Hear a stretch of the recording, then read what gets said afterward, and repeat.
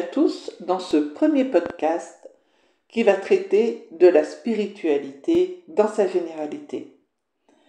Il faut déjà savoir que la spiritualité qui nous convient le mieux est celle qui résonne le plus en nous.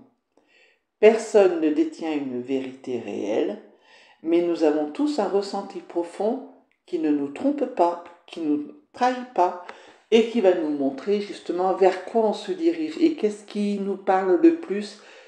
La personne en qui vous devez avoir le plus confiance est en vous-même.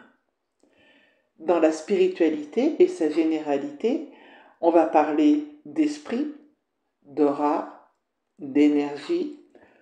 Vous avez tous entendu ce terme-là, on l'emploie dans multiples façons et phrases.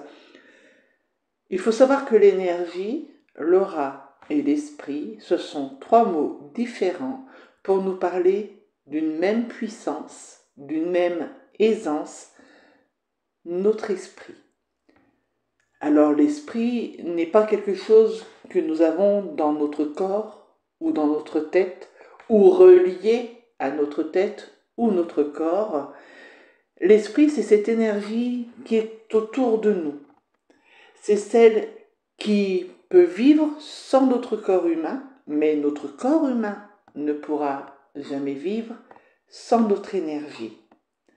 L'énergie est bien plus vivante que ne le sera jamais à ce point-là l'être humain que nous sommes.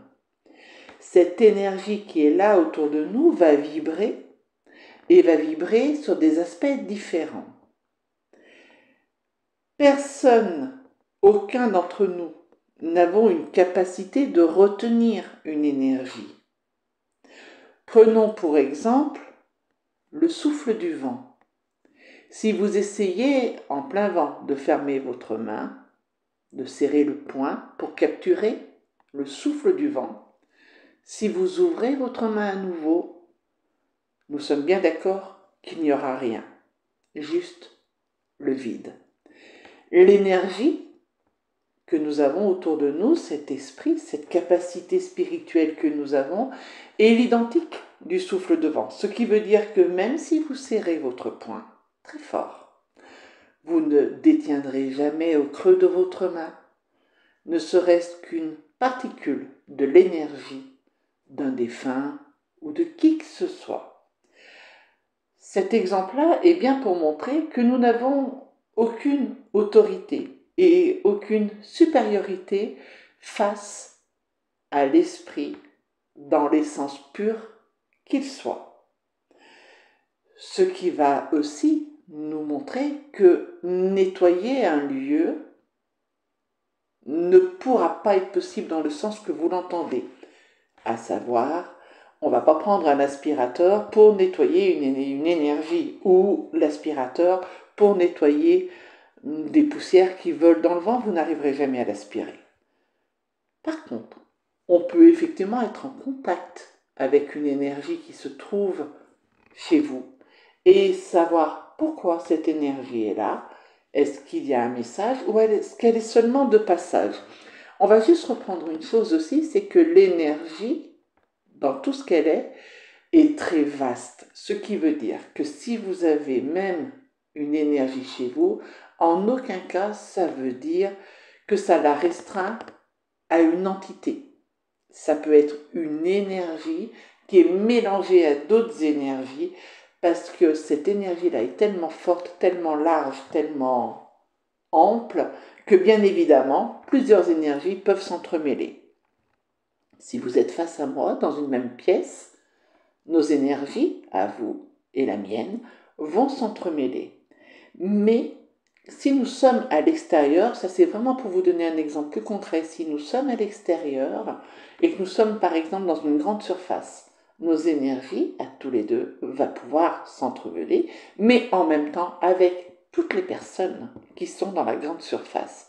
Rien ne peut à un moment donné mettre de barrière et séparer une énergie d'une autre. Ce qui fait que si vous détenez au moins cette chose-là, que l'énergie est quelque chose d'immensément grand, que cette énergie est facilement à se mêler aux autres énergies, vous comprendrez aussi qu'il n'y a aucune barrière, qu'il n'y a aucune impossibilité pour le monde spirituel de nous capter, bien évidemment, mais aussi pour nous, simples terrestres, de pouvoir capter le monde spirituel. Votre énergie, ça va être votre radar à vous pour ressentir, pour commencer à recevoir des prédictions, à recevoir des intentions, à recevoir une forte intuition. Tout ça se passe dans votre énergie. Alors bien sûr, dans tout ça, il faut aussi éloigner le conditionnement du mental.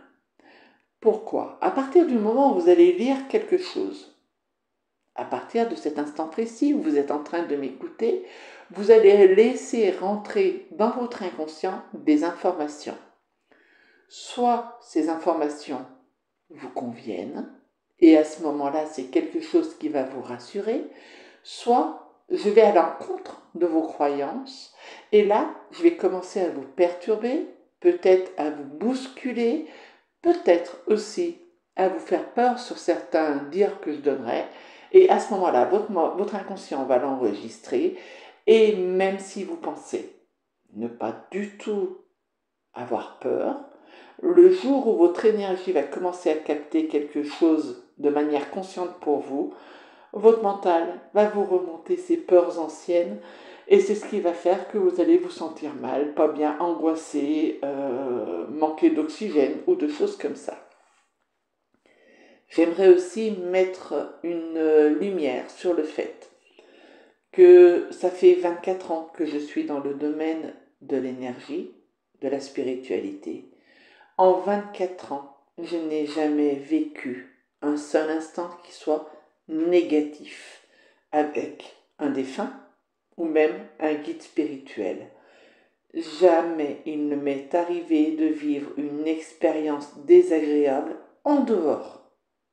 Et je précise bien, en dehors des peurs que moi-même j'avais enregistrées et qui pouvaient remonter et rejaillir un peu à la surface au moment où vous vivez quelque chose. Enfin, qui n'a pas lu à un moment donné que quand quelqu'un est chez vous, vous allez sentir un courant d'air frais, par exemple, ou des frissons. À partir du moment même où vous allez être interpellé en pensant qu'il peut y avoir quelque chose chez vous, décidément, à partir de ce moment-là, bien évidemment, les frissons, le côté froid, tout ça va vous arriver parce que votre mental va aussi vous le rappeler et donc vous le transmettre.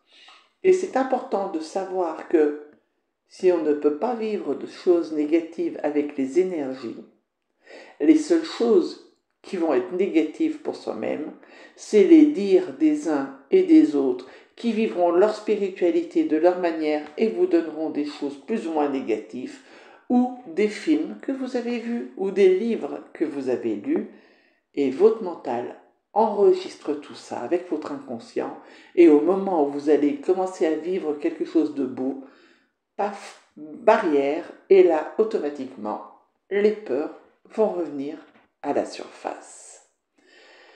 Il est évident que si vous lâchez prise sur tout ça, et que vous acceptez le fait que les énergies s'entremêlent, et que bien évidemment il n'y a pas d'élu dans le domaine de la spiritualité, personne n'a été choisi pour transmettre les choses.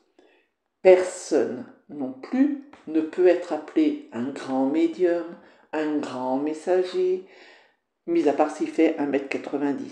Bon, il est grand, mais autrement, dans la spiritualité, il n'y a aucun niveau de grandeur. Ce qui fait ce que je suis aujourd'hui depuis ces 24 années, vous pouvez tous l'être, nous le sommes tous. Sauf que ça m'a demandé 24 années de travail. Et chacun de vous, à votre niveau pour l'instant, si vous commencez seulement à rentrer dans la spiritualité, soyez juste ouvert et attentif sur le fait que vous pouvez déjà ressentir. Vous avez déjà l'intuition de. Vous avez aussi déjà le côté de, vous savez, cette petite voix intérieure. Je ne sais pas pourquoi je te le dis, mais je sais que c'est comme ça. Cette certitude qui se met comme une évidence pour vous. Tout ça, c'est dans votre énergie. Ce qui veut dire que si vous savez vous écouter, eh bien vous avez vos premiers signes déjà de petits messagers. À savoir, faites-vous confiance, donnez-vous le droit à l'erreur. Vous êtes avec une amie et vous avez la certitude, vous ne savez pas pourquoi c'est en vous, que cette amie ne doit pas aller par exemple à un rendez-vous parce que vous ne le sentez pas, eh bien dites-le. Et si vous vous trompez, c'est pas grave. Il n'y a aucun danger de vous tromper. Vous ne détenez aucune responsabilité sur les actes des autres. Si vous avez le ressenti ou votre petite voix intérieure qui vous dit que c'est le moment pour vous d'aller un peu plus loin dans un domaine précis que vous avez envie d'explorer, faites-le. Si quelqu'un d'autre vous dit que vous devez le faire, mais que intérieurement vous sentez que oula non, c'est pas la peine, ça vous parle pas et il y a quelque chose qui vous retient, écoutez-vous. Vous êtes votre propre maître. Personne en dehors de vous ne peut savoir ce qui vous convient le mieux. Pour vous expliquer un peu plus la capacité de votre énergie, prenons l'exemple d'une soirée. Imaginez-vous une grande salle des fêtes, nous sommes 200 personnes. Vous ne me connaissez pas et je viens de rentrer dans la salle des fêtes. Entre vous et moi, il y a peut-être 30 ou 40 personnes. Et quand vous me voyez, vous allez soit vous dire « Oh là là, j'aime pas cette personne, je n'aime pas ce qu'elle dégage », ou vous allez peut-être vous dire « Je ne sais pas qui est cette personne, mais j'adore ce qu'elle dégage ». Ce qui est très amusant, c'est que nous employons des mots sans même nous rendre compte des mots que nous employons. Ce que cette personne dégage. Qu'est-ce qu'elle dégage? Son énergie. Ce qui veut dire que malgré les personnes qui sont entre vous et moi dans cette salle des fêtes, nos deux énergies vont se frôler. Soit je ne vous conviens pas dans ce que je suis et vous allez ressentir comme une espèce de tension, une espèce d'électricité et vous ne saurez pas pourquoi, mais vous ne m'aimez pas. À l'inverse, soit nos énergies se mélangent et pour vous, c'est quelqu'un de bon qui vient de rentrer dans la pièce et c'est quelqu'un que vous aimez bien alors que vous ne la connaissez pas, mais elle dégage quoi? Son énergie. Donc vous allez puiser dans mon énergie ce que je suis au plus profond de moi-même. Tout comme moi, je puiserai dans la vôtre ou dans celle de toutes les personnes qui sont dans la salle des fêtes. Du coup, si on retient que l'énergie, c'est cette masse qui est autour de notre corps et qui n'est pas visible à l'œil nu, on va aussi du coup faire un peu tomber le mythe de la sortie du corps. Puisque l'esprit n'est pas dans le corps, il ne peut pas sortir du corps. Mais l'énergie va s'étirer. Donc l'énergie esprit, souvenez-vous, c'est la même chose. Donc notre énergie spirituelle va s'étirer. Et si vous lâchez prise avec votre mental, c'est ce qui va faire que vous allez pouvoir suivre et vivre des choses dont on a tous entendu parler. Que ce soit pendant une NDE, une mort clinique, ou que ce soit lors d'un coma, lors d'un sommeil profond, où on vit des choses. Cette énergie, quand elle s'étire, encore une fois, elle n'a aucune barrière. Donc si elle n'a aucune barrière, elle va pouvoir faire une projection même dans un autre lieu. Exemple, il m'est arrivé lors de rendez-vous de voyance que j'ai pu faire avec des consultants, de me retrouver dans leur maison, alors que je suis en face d'eux en train de leur parler, mais que mon énergie puisse aller dans leur maison, de voir qu'il y avait une fuite d'eau à tel endroit, un tuyau qui n'allait pas à tel endroit. C'est pas systématique, mais à partir du moment où il y a ce besoin, l'énergie va donc faire une projection et se retrouver dans le lieu d'habitation de la personne qui est en face de moi au moment même où on fait le rendez-vous. Il n'y a rien de magique, il n'y a rien d'exceptionnel, il y a juste un lâcher-prise. Mon mental à ce moment-là n'est plus dans la proscrination de savoir qu'est-ce qui peut se passer, comment ça se fait, pourquoi moi. C'est le mental se tait, l'énergie vibre, et dans ces vibrations, elle s'étend. Prenons aussi le cas, par exemple, des derniers moments de vie d'une personne qui part soit de vieillesse, soit de maladie. Il a été rapporté sur plusieurs exemples différents que les personnes qui allaient s'éteindre dans les jours, heures, minutes qui précédaient son départ pouvaient avoir une réaction qu'on ne comprenait pas, à savoir la personne va d'un seul coup tendre les bras comme si elle voulait serrer dans ses bras, comme si elle voulait caresser le visage de quelqu'un. Peut-être aussi que cette personne qui est prête à partir va vous appeler du prénom de quelqu'un qui est déjà décédé. Et nous, dans notre réaction première, c'est de se dire « Ah mais à la fin, ça allait vraiment plus, elle perdait la tête, elle me donnait le prénom de mon arrière-grand-mère qui est décédée depuis 30 ans, ou alors elle bougeait les bras dans tous les sens, vraiment on sentait que ça allait pas. » Et en fait, son énergie était déjà en train de s'étirer, et comme le mental est en train de ralentir puisqu'on arrive sur une fin de vie, eh bien l'énergie a toutes les capacités de commencer à côtoyer le monde spirituel. Et en côtoyant ce monde spirituel, il se passe un contact qu'on ne peut pas comprendre, qu'on ne peut pas voir, qu'on ne peut pas entendre non plus. Et la personne qui s'en va est en train de recevoir les défunts qui vont l'accueillir. Et ce qui est beau dans ces moments-là, c'est que lorsque nous pleurons la tristesse de perdre celui que nous aimons, lui est en train d'éprouver la joie de retrouver ceux qu'il avait perdus, tout au long de son chemin de vie. Et puis, quand la personne s'éteint, que la personne décède, bien évidemment, le corps va devenir ce que nous avons décidé, soit de par notre religion, soit de par la volonté de la personne qui vient de décéder. Donc ça peut être effectivement une crémation, ça peut être un enterrement, voilà, ça appartient au monde du vivant. Mais son énergie, elle, va se libérer complètement, c'est-à-dire qu'elle va se détacher du corps humain. Et là, c'est la seule et unique fois que l'énergie pourra se détacher complètement du corps humain. Et en se détachant, elle devient quoi? Elle va s'étendre dans notre monde, ce qui fait que le monde spirituel est dans notre monde. Nous côtoyons le même monde sur des vibrations différentes. Mais tout comme vous ne pouvez pas voir les énergies des vivants, vous ne verrez pas les énergies des défunts. Alors bien sûr que certains vont dire, bah si, moi je vois des couleurs autour des gens. Sachez aussi que ces couleurs-là, c'est les couleurs que vous avez indiquées à votre mental, dans ce que vous avez lu, appris, entendu, encore une fois.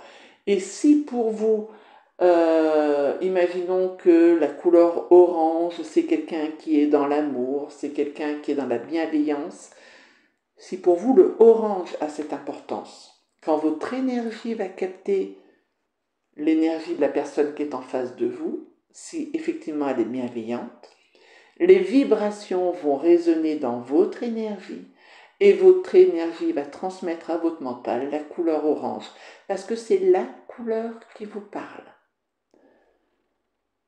Voici ce qu'on peut dire sur l'énergie dans la généralité. Bien évidemment, il y aura d'autres podcasts où on avancera dans des domaines différents. Il semblait important pour le premier de vraiment mettre des mots sur ce qu'était l'énergie, sa capacité, et puis nous allons petit à petit aller un peu plus profondément dans ce qu'est la spiritualité. Bien évidemment, ces podcasts vous appartiennent. S'il y a des sujets qui vous intéressent et auxquels je pourrais vous répondre, mais peut-être que je n'aurai pas la réponse et à ce moment-là, Évidemment, je vous le dirai, mais n'hésitez pas en commentaire, que ce soit sur quelques plateformes, je ne sais pas sur laquelle vous m'entendez, ça peut être Facebook, Insta, YouTube ou peut-être TikTok, mais quoi qu'il en soit, s'il y a des sujets qui vous intéressent, s'il y a des questions qui vous perturbent, n'hésitez pas à les mettre en commentaire. J'essayerai toujours de prendre le temps de répondre à une ou deux questions à la fin d'un podcast, ou si c'est très intéressant et très long comme réponse, faire carrément le podcast qui va avec.